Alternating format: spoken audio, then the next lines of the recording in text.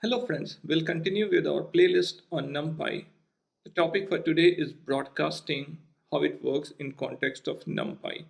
Now friends, we have already given you a flavor of in previous videos about what is vectorization and what is broadcasting. Let's try to see it in detail what it means. Okay, so for that, let's first start with importing our Numpy.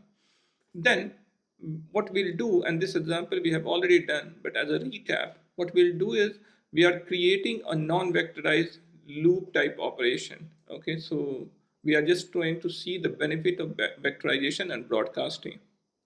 If we are doing, we have two lists over here, and if we have to do element-wise addition, this is the for loop which we have to write, right? And then the result will be this. In the vectorized world of ND array, what we need to do is we just need to do a mathematical operation plus, right, addition, and it will give us the same results. What is broadcasting? Now, broadcasting, as you know, is between a scalar and an array, or between two arrays of different side shapes. How we can do these mathematical operation. That technique is called broadcasting. So let's try to understand this with this simple example. B is a scalar over here, EA is an array.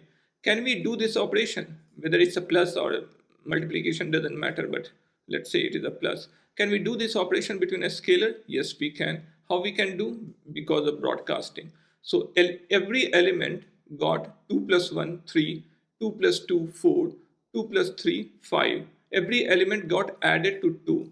And the way to think that is how the broadcasting works, at least in a mental model, is that you think that B is broadcasted and stretched. By broadcasting, I'm saying that stretched or expanded into to match the shape of this particular array. So what I'm just to repeat, my scalar is stretched to attain the shape of the other array to which it is getting added. Okay, so it is matching, it is getting stretched out. How it will stretch out? If we stretch it out in a mental model, just think it like that, it is stretched like this to match the shape. Once the match shape matching is done, at that time it is just a simple vectorization operation, right? Element wise vectorization operation, and then it will be done. So these two things are not different, these are the same things, and it helps in thinking how broadcasting works, right? So A plus B, same thing. How this works, a scalar and array. This is what we are talking about, how the scalar and an array can get added. So broadcasting, mental model, which was easy to remember. This doesn't happen, but this is the way you can think about broadcasting. If the element is 2 over here, the 2 is stretched to attain to get the shape, to get the same shape as the other array. And this is true for, let's say my A is the 2 cross 2 array and B is single dimensional array, right? In that case, B has to be stretched in such a way that it gets the shape of A. And once it gets the shape of A, the both can be vectorized and added or multiplied or whatever, right? So this doesn't actually happen. NumPy doesn't implement it this way, but in our human brain, it is very easy to understand it like this, right? It's just a mental model. So let's try to see it with the higher dimension also. NP1s, now one dimensional, 3 cross 3, two dimensional array, and initialize it as 1, NP1s, okay? And A is my initial array, right? 1, 2, 3. So this is one dimensional, this is two dimensional array. Now can this happen? If I do M plus A, it happened, right? It got added. How it got added? Mentally, it would be easier for us to think that A is stretched to attain the shape, to arrive at the shape of this. How it can get the shape of this? It has to be 1, 2, 3, 1, 2, 3, 1, 2, 3. It has to be 3 cross 3 over here also, right? A also has to become 3 cross 3. So 1, 2, 3, 1, 2, 3, 1, 2, 3. And then when A is becoming like that, broadcasted like that, then with a vectorization operation, we can easily do element-wise addition, right?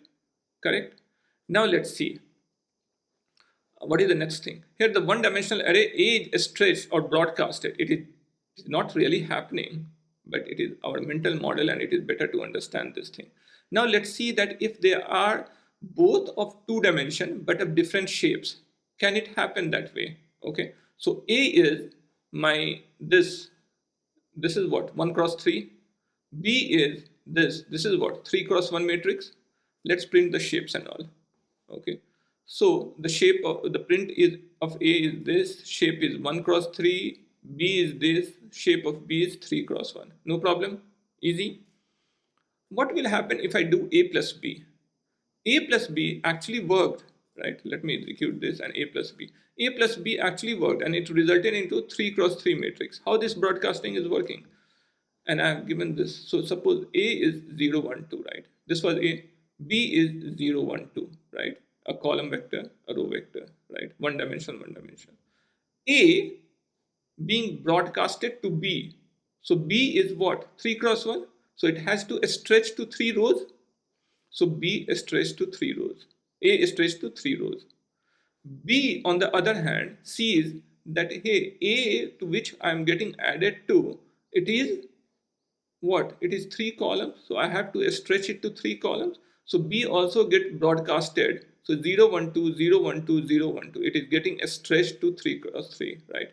To attain the shape of A. That's the only way it can attain the shape of A. So A tries to attain the shape of B, B tries to attain the shape of A, and they both become, A broadcast become 3 cross 3, B broadcast becomes 3 cross 3. A plus B is normal vectorization operation, element-wise addition, right? And that's how this thing is arrived. Now, internally it works differently, but for us humans to think, this is the way it works, okay? Now, there are three primary rules of broadcasting. Any n dimension cannot get added to n dimension. There has to be certain criteria to meet, right? And there are three essential rules. If you remember them, then you know all about broadcasting. Rule 1. If the two arrays differ in their number of dimensions, the shape of the one with the fewer dimension is padded with ones on the left leading side. Now, what does it mean?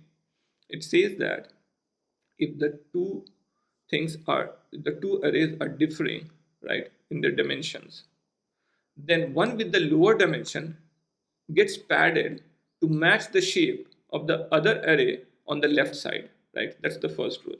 The second rule says if the shape of the two arrays does not match in any dimension, so suppose it doesn't match in any dimension, the array with the shape equal to 1, so if one of the dimension has 1 in that dimension, that is stretched to match the other array, right? The shape of the other array in that dimension. That's what it says. Rule 3 says if any dimension the size disagrees, that the size is not matching in any dimension, and neither is equal to 1, essentially rule 2 is violated, then the error is raised. Okay, now let's see it in action to understand. This is slightly complicated, so pay attention. Now M is np.1, so I'm creating a 2 cross 3 matrix, right, or two dimensional. A is my simple one dimensional. Okay, let me show you. So M is this two dimensional, A is this single dimensional, M dot shape is 2 cross 3, A dot shape 1 dimension 3, right? Now when I'm doing M plus A, it is attaining the shape. We have already seen this before. How it is happening? M dot A dot shape, what is it? M plus A dot shape. This shape is 2 cross 3, right? How it is happening? Now, M had the shape of 2, 3, right? A had the shape of 3. What is our first rule says? The first rule says if two arrays differ in the number of dimensions, the shape of the one with fewer dimension is padded to the left on the leading side, right? So, which has the lower number of dimensions? A has fewer dimensions, right? It's one dimension, so it will get padding on the left. How it got? Padding on the left. So it got a padding on the left to match the dimensions. How it got padding? I included a one dimension, so I'm making a single dimension into two dimensions, right? 1 cross 3 matrix. So A became 1 cross 3 matrix and it got padded on the left. This is the first rule.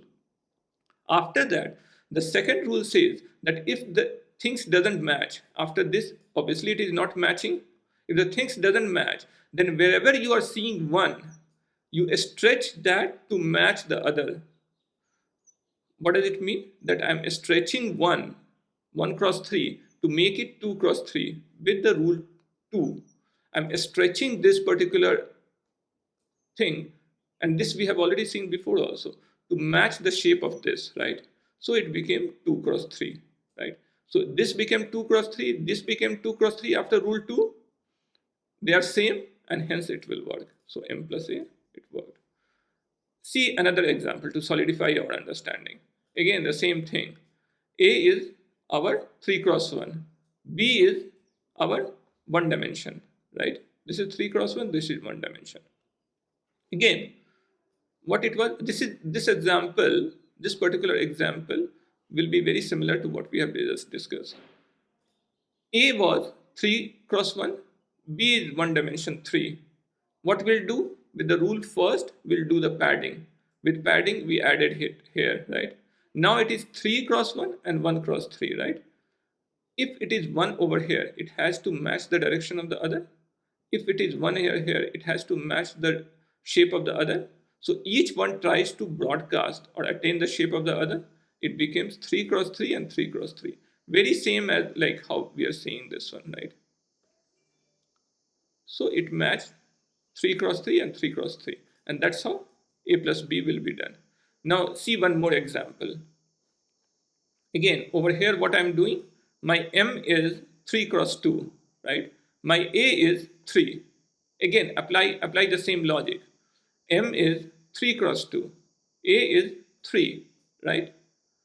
What it will do? The first rule, let's apply the first rule, the left side padding. The left side padding happened.